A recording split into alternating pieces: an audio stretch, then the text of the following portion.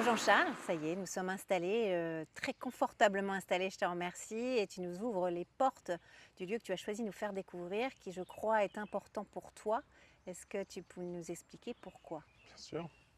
Le 126 me tenait à cœur ça me tient à cœur de le partager avec vous, parce que c'est là où j'ai grandi avec ma famille, et c'est surtout le terrain d'expérimentation du projet Copain sur la régénération de l'environnement. Euh, Depuis 4-5 ans, je teste des techniques de permaculture, d'agriculture syntropique, comprendre l'interaction entre l'arbre, le ver de terre, les différentes espèces, comprendre comment dans un climat qui est de plus en plus aride, ou en tout cas avec une pluviométrie moins importante, on arrive à apporter de l'innovation et à donner, éviter les stress hydriques pour les plantes par exemple, réintroduire des plantes, des arbres qui sont passés un peu en désuétude, qui ont plus la cote. Je parle de la patate douce, du manioc, fruit à pain essentiel. En plus, la symbolique pour les boulangeries. Tout ce qui est fruits et Euh, légumes longtemps. Exactement. Alors pourquoi le fruit à pain? Parce qu'à une époque de disette, où il n'y avait pas cette profusion et même une restriction alimentaire, le fruit à pain apporte a cette vertu de qualité nutritionnelle dont on a besoin pour avoir cette vitalité et avancer. Mon père, avant moi, a travaillé ce jardin, où il a fait tous les aménagements structurels, on va dire, et qui a commencé à planter des arbres. Et je me souviens très bien, en tant qu'enfant, avoir ce souvenir d'un père qui dit, bah voilà, tu vois, ça, je le plante pour toi, il va donner des fruits que dans 15, 20 ans, et tes enfants en profiteront également. Donc il y a toute cette... Phénomène de transmission. Exactement, la transmission à travers les arbres, à travers les fruits, à travers le savoir, à travers les valeurs. Et c'est ce que je perpétue aussi. Alors en apportant mes petites particularités, mon petit grain de sel, je réintroduis par exemple du moringa. Le moringa, c'est un arbre qui était dans tous les jardins créoles à l'époque. Le moringa, sur les 12 acides aminés essentiels à la vie, il y en a 8 qui sont entre les feuilles, les fleurs et les graines, le bâton mouroung. Donc ça, c'est quelque chose que je souhaite absolument pouvoir apporter dans le quotidien des boulangeries. Voilà. Donc ce projet 126 où on a expérimenté vraiment pas mal de choses, la rencontre avec Permaculture, l'association à La Réunion, nous a permis de passer un cap et on a travaillé sur un plan d'aménagement sur les principes l'agriculture syntropique, qui est un mélange entre l'agroforesterie et la permaculture, testé sous les tropiques. Voilà. Ok. Donc tu es en train de nous dire que de tout ça, on va le retrouver sur les étals des boulangeries, pâtisseries, traiteurs, copains. Bien sûr. Dans ce petit jardin, qui est un jardin test, il y a tous les éléments essentiels. Bon, évidemment, la biodiversité au niveau des plantes et des arbres. Il y a un poulailler, hein, et forcément, les poules qui transforment nos déchets et qui nous donnent des œufs. Il y a évidemment le compost, il va y avoir des ruches pour pouvoir euh, soutenir la biodiversité et la pollinisation. C'est un travail important de l'abeille. Et aussi de pouvoir récolter ce miel qui a tant de vertus pour la santé et qui est très bon au niveau gustatif. Donc tout ça, on va ensuite prendre les enseignements et en faire cette fois-ci le jardin productif nourricier qui va permettre d'alimenter les boulangeries. Alors pas que, hein, le but c'est de le partager aussi avec ceux qui le souhaitent, en herbes aromatiques, en produits maraîchage et tous ces fruits et légumes un peu passés dans l'oubli ou qui sont plus à la mode. Et qui pourtant ont des valeurs nutritionnelles fantastiques. Ouais, parce que dans le premier épisode, justement, on a commencé à aborder effectivement les piliers de valeur de copains, qui sont le partage, aussi la nutrition au sein d'eux. Quels sont les autres piliers de valeur forts chez Copain? Donc là, ce jardin, c'est le pilier de la régénération de l'environnement, mais aussi on soutient le pilier de la nutrition, puisque ce qu'on plante, c'est ce qui va Bien nous sûr. nourrir. On soutient aussi le travail du développement personnel, comment à travers le jardinage, le travail de la terre, on apprend sur soi, on se reconnecte avec la nature, on se décharge en ions négatifs, donc décharge du stress.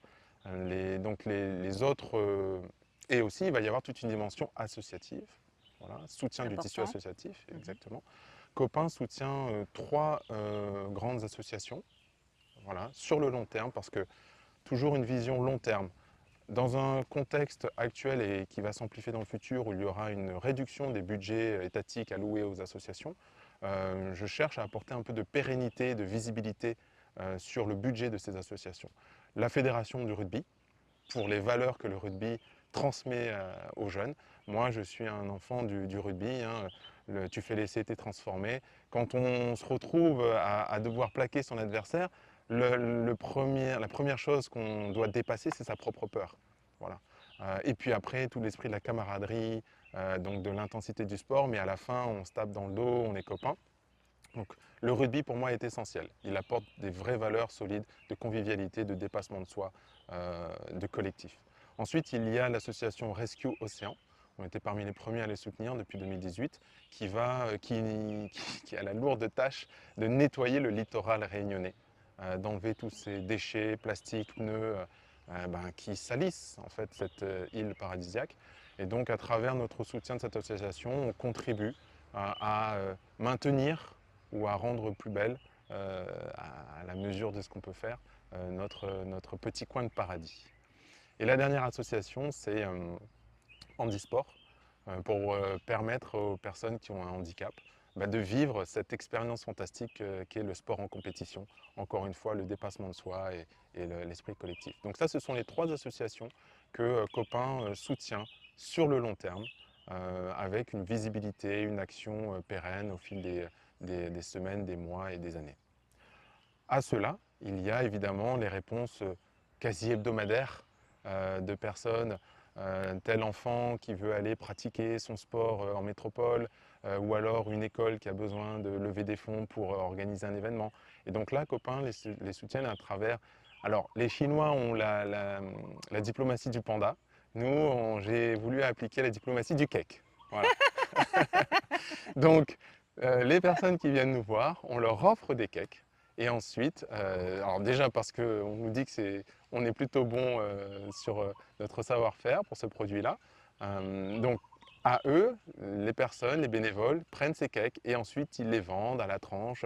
Ils organisent des petits événements et donc ils vont aussi générer leur source de revenus. Donc, cette idée de, j'aime bien ce dicton malgache où on dit plutôt que de donner un poisson à quelqu'un, apprends-lui à pêcher.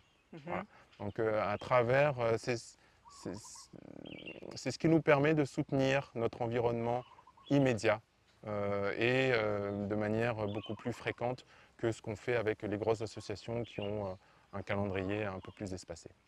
Et là, on est dans un lieu familial, je reviens à ça. Et aux valeurs, on sent chez toi que tu as grandi dans vraiment toutes ces valeurs. Je me trompe, je ne suis pas très loin de la vérité, j'imagine. Donc ça paraît important pour toi quand même de retransmettre, par la transmission, tout ça. Bien sûr, je suis dans ton métier, alors personnellement j'imagine bien, mais dans ton métier aussi, vis-à-vis des collaborateurs, par quoi ça passe? Déjà, comprendre qui on est. Donc la rencontre avec l'autre ne peut vraiment se faire que lorsqu'on, comme disait Simone Veil, lorsqu'on s'est un peu élucidé soi-même. Donc comment à travers l'apprentissage de d'où on vient, qui on est. Donc moi je suis au carrefour de la culture chinoise, de la culture métropolitaine française et de la culture créole. Ensuite j'ai été aux États-Unis, puis à Londres. J'ai eu la chance de voyager grâce au rugby. Donc il y a eu cette ouverture, cette gourmandise de tout ce qu'on peut apprendre des autres. Comment ça se retranscrit au sein des entreprises Copain? Et que je ne peux pas faire autrement que de partager en fait ce que j'apprends. C'est à travers le pilier du développement personnel. Comprendre qui on est pour après mieux appréhender l'autre, notamment à travers la communication non violente, le triangle de Karpman. Donc tous ces fondamentaux, je trouve, de psychologie de communication qui nous permettent finalement de travailler dans un environnement plus serein. Aujourd'hui, on a la chance d'avoir des collaborateurs qui sont des vrais professionnels, qui sont investis, qui ont envie de bien faire leur travail. Et j'ai remarqué que, allez, 8 à 9 problèmes sur 10 ne viennent pas d'une problématique technique, d'un manque de savoir-faire précis sur telle ou telle chose. Non, ça, on peut l'acquérir par des formations qu'on met régulièrement avec des intervenants, des consultants. des chefs, 8 à 9 problèmes sur 10 viennent de problématiques d'ordre de communication, d'interaction avec son collaborateur. Un client qui va venir, qui a lui-même sa charge émotionnelle et mentale, comment avec un sourire, la manière dont on se tient, la manière dont on va lui dire bonjour, ça commence par ça, on va lui offrir un espace, une petite bulle de plaisir, une petite parenthèse qui va lui sortir de son quotidien, peut-être un peu plus noir aujourd'hui avec un ciel ombragé. Donc c'est tout ça que j'essaie de transmettre. Vis-à-vis de l'interne, enfin de tes collaborateurs, mais aussi des clients. Bien C'est sûr, toute une chaîne en fait. exactement. Ok. Et c'est là où je disais dans le premier épisode que Copain est un projet sociétal. Tu vois, donc, alors c'est forcément un travail qui s'inscrit dans le temps. Bien sûr. Et c'est là aussi toute la difficulté, toute la finesse. Comment est-ce qu'on garde un système de valeurs carré avec l'objectif qu'on rappelle, on dit voilà où est-ce qu'on veut aller, qu'on arrive à le rendre le plus compréhensible possible. Alors il y a des personnes qui sont plus intéressées par telle ou telle dimension de ce projet. L'important c'est est-ce qu'on y adhère, est-ce qu'on s'y retrouve, donc exigeant sur le but, sur les valeurs, rond, tolérant, patient euh, sur le chemin. Voilà, donc moi, lors des entretiens d'embauche et régulièrement, je dis je suis très exigeant, mais je suis patient. À partir du moment où je vois que vous investissez sur vous-même, à votre rythme, chacun avance au rythme qui lui convient. Et de forcer ce rythme, c'est là où on crée des tensions, des accidents, des choses qui ne sont pas agréables. Tu as évoqué justement ton parcours avant Copain. Tu as fait quoi? C'est quoi ton parcours? Tu m'as parlé de Londres, tu peux m'en dire un petit peu plus? Je suis curieuse. Bien sûr. Dans la bonne tradition chinoise, j'ai un père qui dit bon, toi, mon fils, le premier, tu seras expert comptable. Donc, j'ai dit bon, bah ok, pourquoi pas. Donc, quand on est adolescent, surtout dans la famille, on fait confiance. Il y a le respect des anciens, il y a cette sagesse qui nous vient des aînés.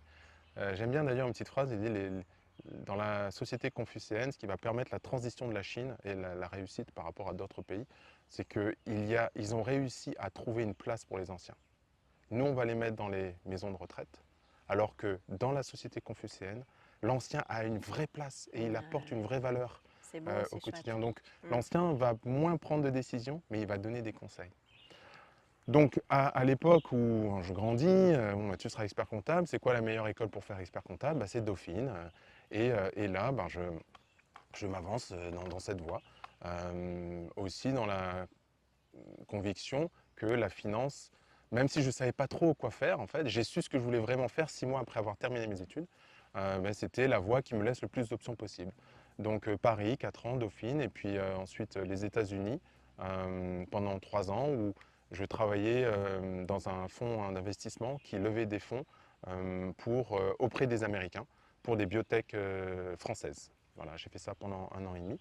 Et ça, c'était mon activité. L'innovation. L'innovation dans les biotechnologies déjà à l'époque. Le marché des biotechnologies était le plus gros aux États-Unis. Et donc c'est là où j'ai fait mes armes, comment on lève des fonds, comment on comprend les fondamentaux pour créer un business, pour faire en sorte que ça réussisse. Les premières questions que je posais aux Américains, c'était mais moi, si j'ai envie de créer mon business, c'est quoi le premier emploi qu'on fait? Et tous m'ont dit, Jean-Charles, il faut une très bonne assistante de direction pour pouvoir te soutenir dans tes décisions et te libérer du temps.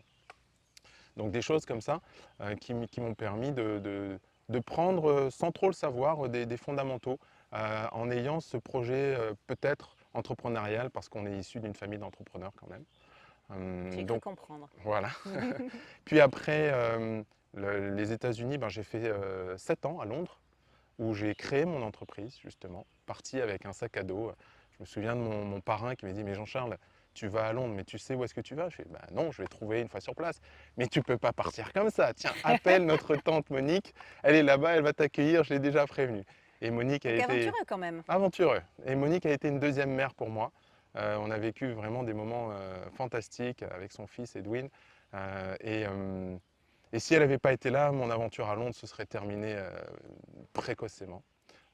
Donc à Londres, j'ai créé une entreprise je choisissais des produits innovants dans l'industrie de l'hôtellerie et de la restauration et je créais tout le réseau de distribution sur le pays.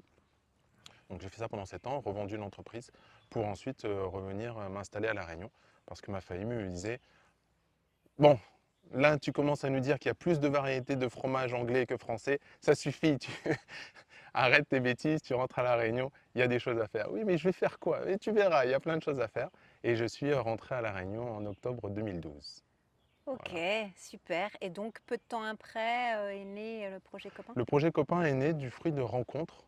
Voilà, je rencontre Gilles Héron, mon frère avait aussi une certaine vision, Pierre-Luc Yang-Hu, et on décide de monter le fonds de développement et franchise, le FDF, pour justement développer des concepts de restauration à l'île de la Réunion. Et de là, je cherchais une franchise sur la boulangerie. Pourquoi la franchise? Parce que les Américains et les Anglo-Saxons m'avaient appris que c'est la franchise qui a le plus fort taux de réussite après 5 ans. Voilà. 82% de taux de réussite versus 80% de taux de mortalité quand on crée son entreprise de zéro.